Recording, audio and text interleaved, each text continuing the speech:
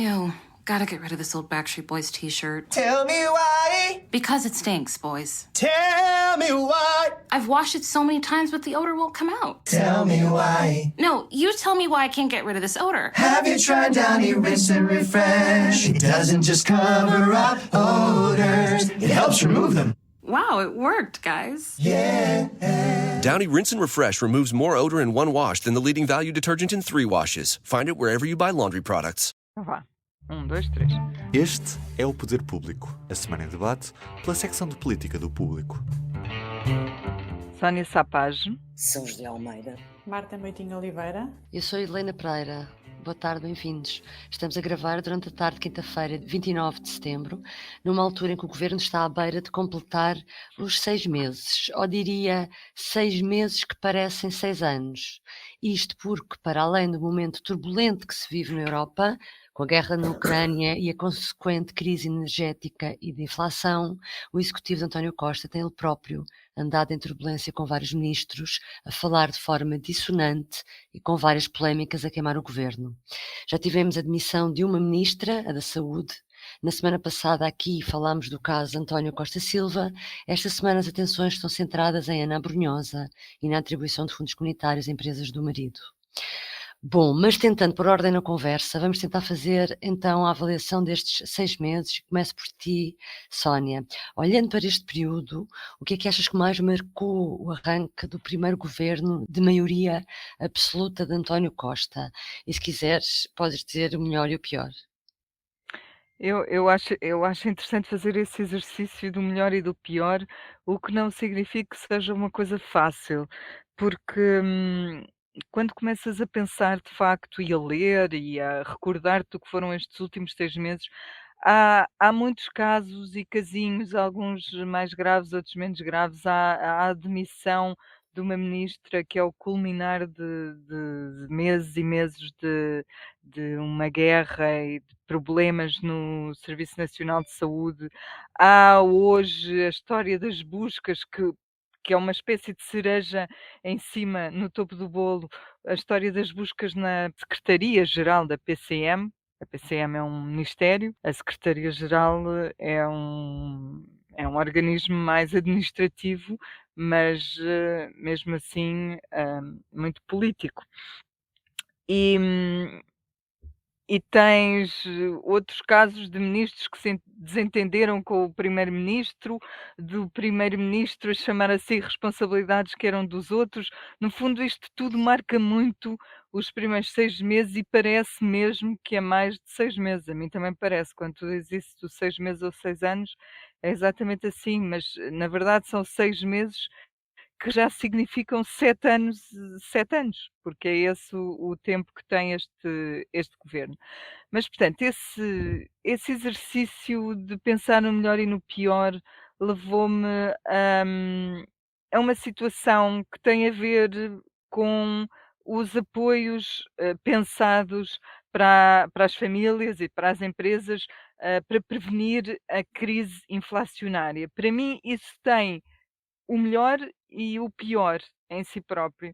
Tem o melhor porque talvez o facto de já terem sido tomadas medidas ou de já terem sido pensadas medidas mesmo antes do Orçamento de Estado, mesmo antes de nós termos a certeza do que aí vem, É concordo positivo.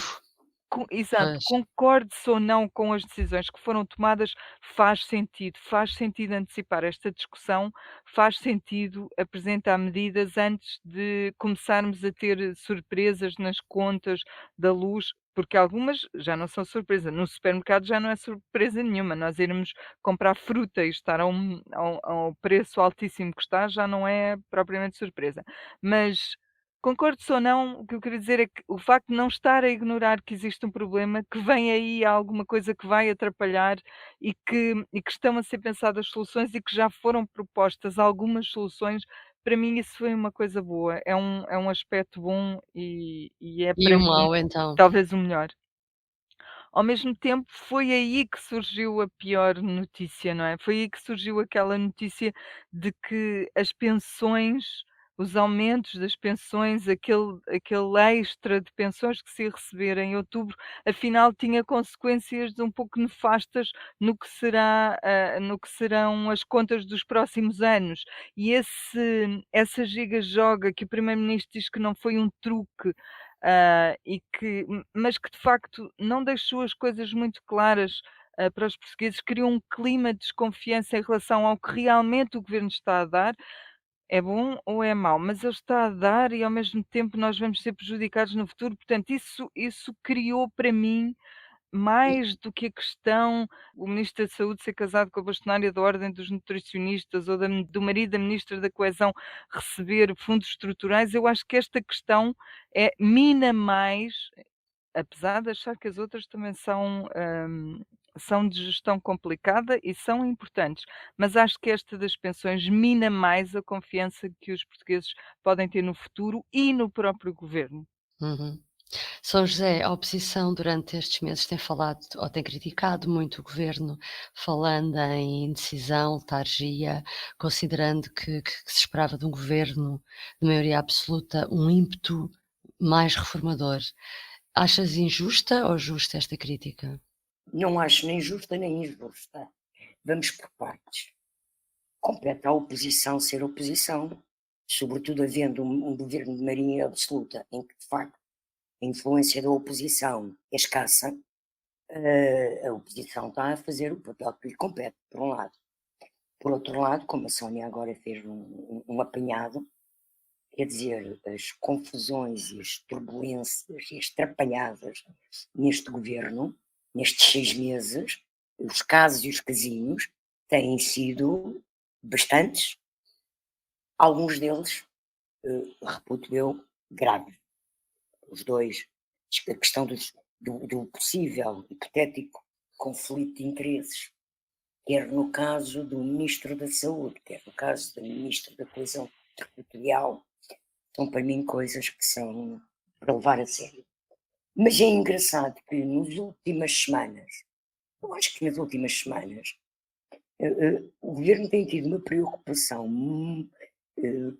tenho observado por parte do primeiro-ministro, uma preocupação de anunciar.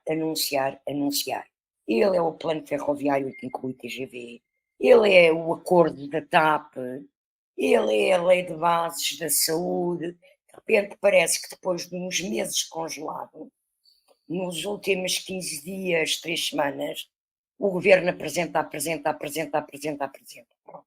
Acelerou, por assim Apoio às dizer. famílias e às empresas. E eu acho isso engraçado, porque também é uma forma de responder, de parte do governo, de responder a essa aparente letargia que a oposição apresenta. Mas, portanto, eu não acho que isto haja aqui uma coisa justa ou injusta, cada um está no seu papel e cada um está nos seus sapatos. O papel da oposição é esse, às vezes há umas oposições mais estridentes que outras que a mim me complicam com o sistema nervoso, mas é uma questão de sensibilidade minha, até porque acho que convém manter um certo nível na argumentação política, mas penso que o primeiro-ministro tem nas últimas 2, 3 semanas tentado mostrar que de facto está a fazer, pronto. Não sei se quanto tempo agora este concretizar, este fazer demorará, mas pelo menos já se começa, pelo menos já anuncia coisas, não é? Nos primeiros meses nem havia anúncios. Em relação a isso, eu achei piada a uma expressão que o Marcos Mendes usou um dia destes, porque ele também fez uma espécie de avaliação dos 6 meses, falou em desgaste sério, mas usou uma expressão que é, e que tem um pouco a ver com isto que a São José diz, que é, depois de uma fase de letargia, o governo quer muito mostrar que faz, mas isto resulta numa, disse o Marcos Mendes, orquestra desafinada. E eu é mesmo essa a sensação que tenho, que é a maioria absoluta. Eu gostei desta ideia porque a maioria absoluta sugere-nos uma coisa mais coesa, Mais mais estável. estruturada, Sim. no fundo uma orquestra afinada. E o que temos realmente é uma orquestra um pouco mais desafinada, com um ministro, como é o caso do Costa e Silva, a falar ao contrário do resto do governo, os outros ministros a dizer que Uhum. não pensam o mesmo. No fundo, a orquestra desafinada. Pegando nisso, passo a palavra à Marta, que é esta quinta-feira nós temos um texto cujo título é Em 6 meses de governo, já quase todos os ministérios tremeram. E desse título eu pergunto, houve erros de casting neste governo? É isso? A mim o que me parece é ter havido algumas falhas nos princípios, não nas pessoas, porque é impossível que todas as pessoas estejam erradas quando nós vemos tantos casos, elas não podem ser todas más. O que me parece é que há aqui dois princípios que foram usados quando foi feito o governo e que acabam por estar a fragilizar a posição do governo como um todo. Um é a forma como, quando foram conhecidos os ministros, toda a gente analisou a composição do governo como um governo de continuidade, em que aproveitava muitos dos governantes anteriores, tanto ministros como pessoas que eram secretários de Estado e que passaram a ministros. E, portanto, eram pessoas que já vinham de trás e que não permitiram um refrescamento, digamos assim, para um tipo de governo diferente, com uma maioria absoluta, com uma necessidade de aproveitar esta oportunidade para fazer as reformas que o país precisa. E, portanto, acho que este princípio é que acabou por condicionar, estar a refletir-se agora no que nós estamos a ver. E depois há outra coisa que é, os casos vão sucedendo. António Costa, de facto, de vez em quando reage a um ou outro, mas parece não lhes atribuir demasiada importância. E o caso de Pedro Nuno Santos, por exemplo, é um caso desses.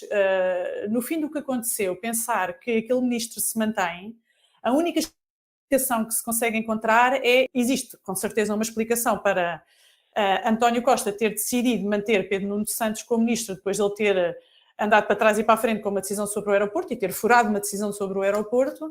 A única interpretação que nós podemos ter é que há ali uma explicação que não tem a ver propriamente com a governação, tem a ver com as questões internas do PS. E, portanto, António Costa gera isto de uma forma também um pouco estranha, que eu acho que não existe um fio condutor propriamente que se consiga dizer não. Ele agora deu um burro na mesa e disse, olhem, isto aqui agora acabou, nós não podemos continuar a ter casos, nós temos que nos concentrar na nossa ação governativa, foi para isso que nós fomos eleitos.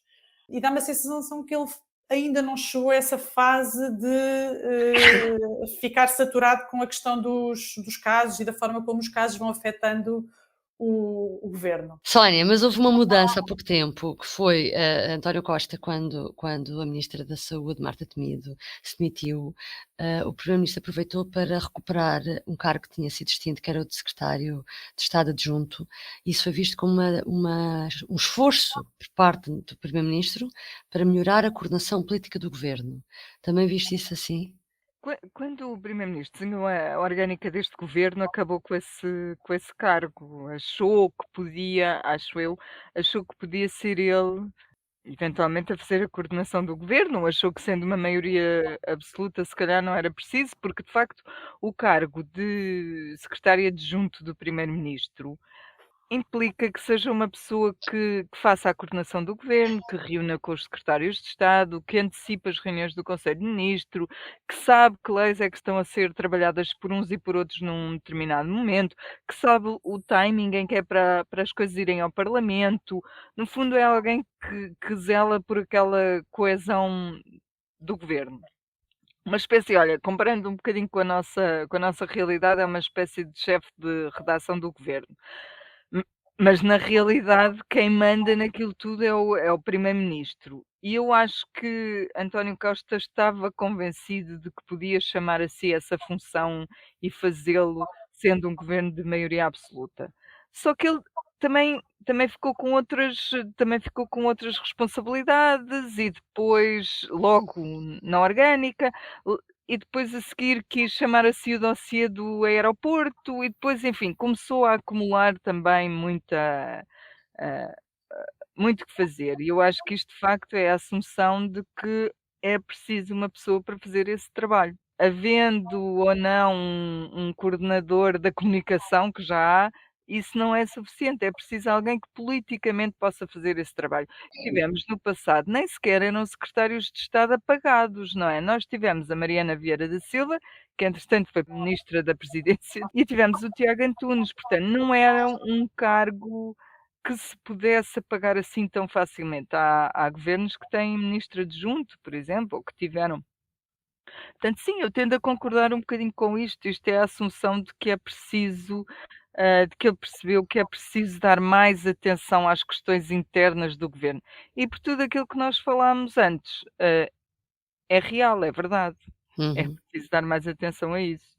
E há aqui outra questão que também se tem falado, e a António Costa até refere muitas vezes, tem uma expressão que é que a maioria absoluta não é poder absoluto, mas falando de vários casos que nos últimos dias houve a questão das empresas, da Ministra da Coesão Territorial, houve a questão do Ministro da Saúde e eventuais conflitos de interesses por ser casado com a bastonária da Ordem dos Nutricionistas. Esta semana uma deputada do PS do Parlamento pediu para ser retirada da ata uma pergunta incómoda à Ministra Ana Brunhosa, que há uns tempos a Ministra da Agricultura tinha criticado a CAP por ter aconselhado os eleitores a não votar no PS. Eu estava aqui a elencar estas situações, no fundo, para perguntar a São José se te parece que isto são atos isolados ou isto tem a ver com algum ambiente que tem a ver com a maioria absoluta, com algum ambiente que deriva da situação de maioria absoluta e de algum autoritarismo. Não sei bem se é autoritarismo, mas de má Presunção. vontade, a presunção, sim. Bom, eu acho que há aqui coisas com graus diversos, não é? Uhum. Quer dizer, o tupete do senhor deputado do PS, que achava que podia apagar de uma ata de uma sessão na Assembleia, em comissão parlamentar, da audição de uma ministra, apagar dessa ata uma pergunta de um deputado que tem um mandato, foi eleito. De facto, eu acho que esta senhora deputada, não sei qual é a formação cívica dela e política, mas acho que devia voltar a fazer, até voltar ao kindergarten da política, para perceber o que é a democracia e o que é o papel da Assembleia, o que é que os deputados estão lá a fazer. Aliás, a coisa foi tão grave do ponto de vista democrático que Pedro Delgado Alves veio como vice-presidente da bancada Foi e, em nome rápido. da bancada, Sim. pedir desculpa à IEL, não é? Que era Uhum. um deputado da IEL que tinha feito a pergunta à ministra sobre as empresas do marido receberem fundos europeus. Não só pede desculpa, como passa o chamado raspanete democrático e político à sua própria deputada. Portanto, eu acho que esta deputada, o universo de carreira política que ela tem pela frente, não sei se será famoso. Mas isso é um extremo, não é? E aí eu acho que não tem nada a ver com a maioria absoluta.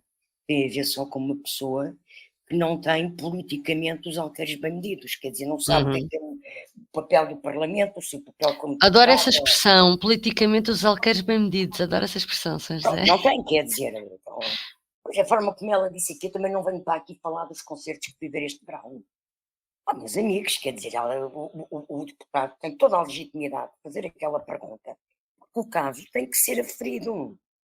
Pode haver aqui um conflito de interesses, de facto, nem que seja na percepção que as pessoas têm, que a população tem, que no fundo eles andam todos a proteger-se uns aos outros.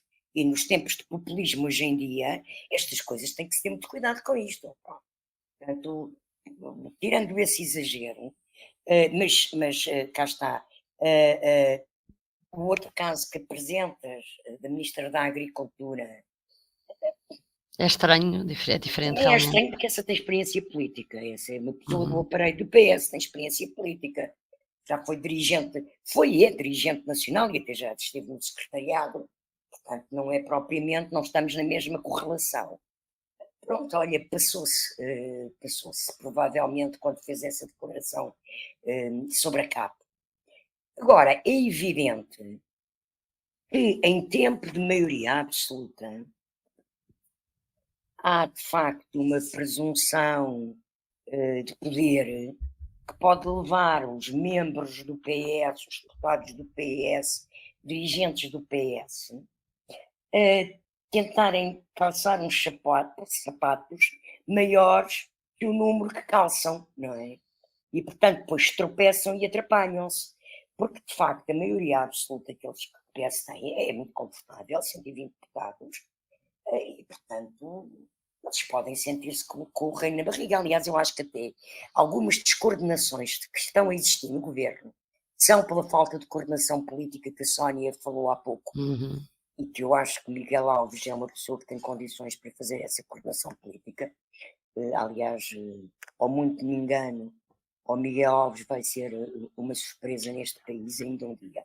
Mas a própria maioria absoluta dá aos próprios membros do governo uma segurança. Isto não quer dizer que se viva um mau ambiente no PS.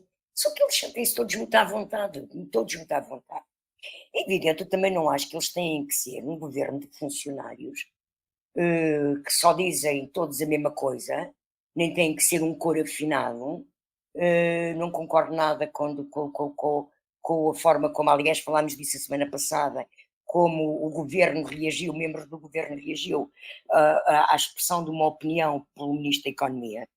Ele tem todo o direito de exprimir as suas opiniões e que a opinião é livre, mesmo dentro do governo. Não é? Nós não temos que ter um governo de políticos, é bom.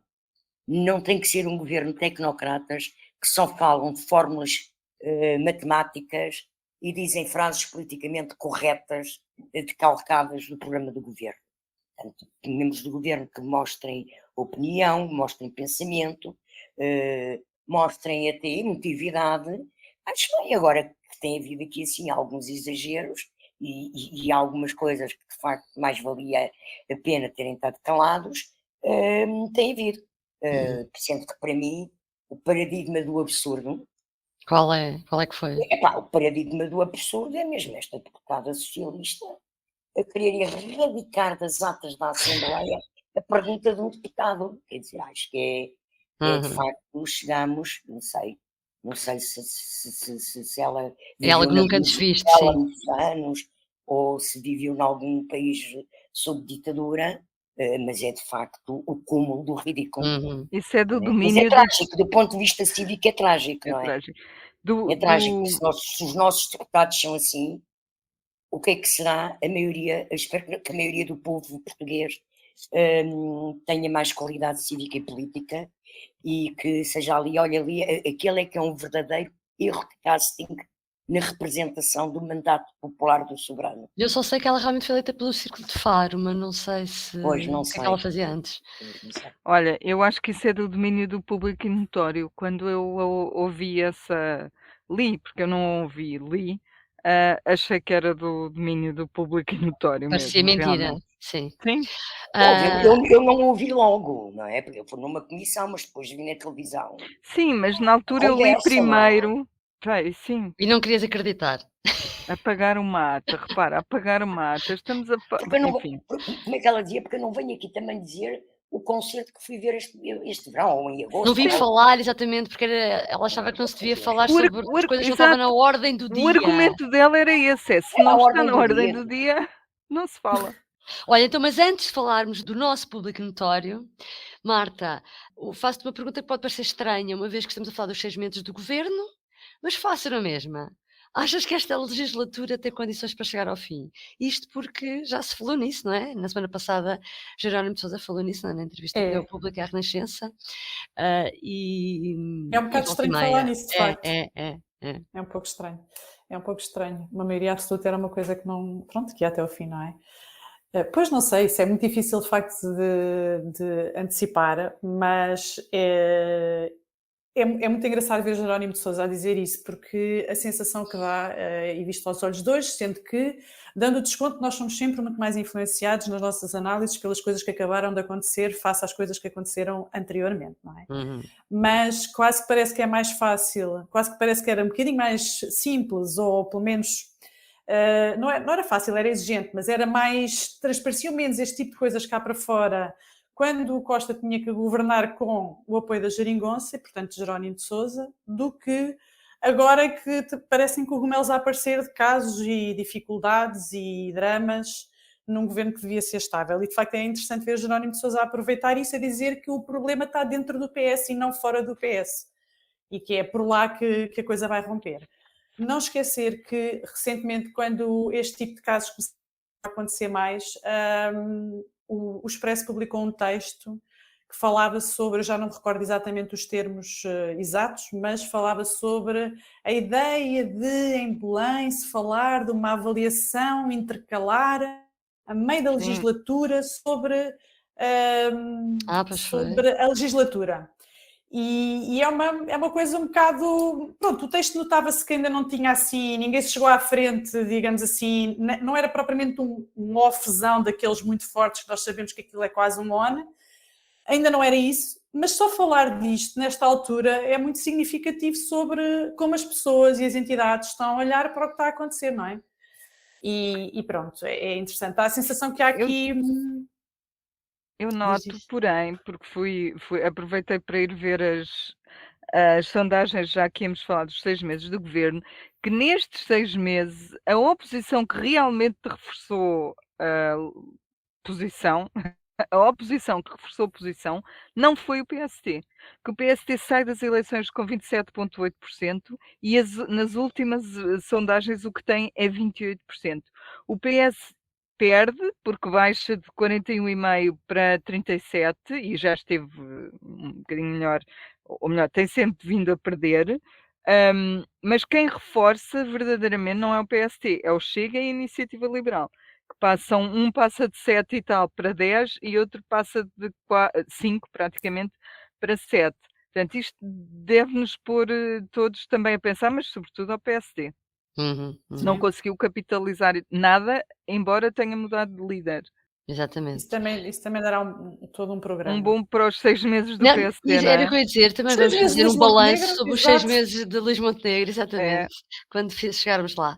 Bom, para terminar então, público notório, Sónia, continua tu. Eu escolhi o nosso Presidente da República, uma imagem do nosso Presidente da República nos Estados Unidos. Ele está de visita à Califórnia, vestido com a camisola dos Giants, com o seu nome e o número 73 atrás.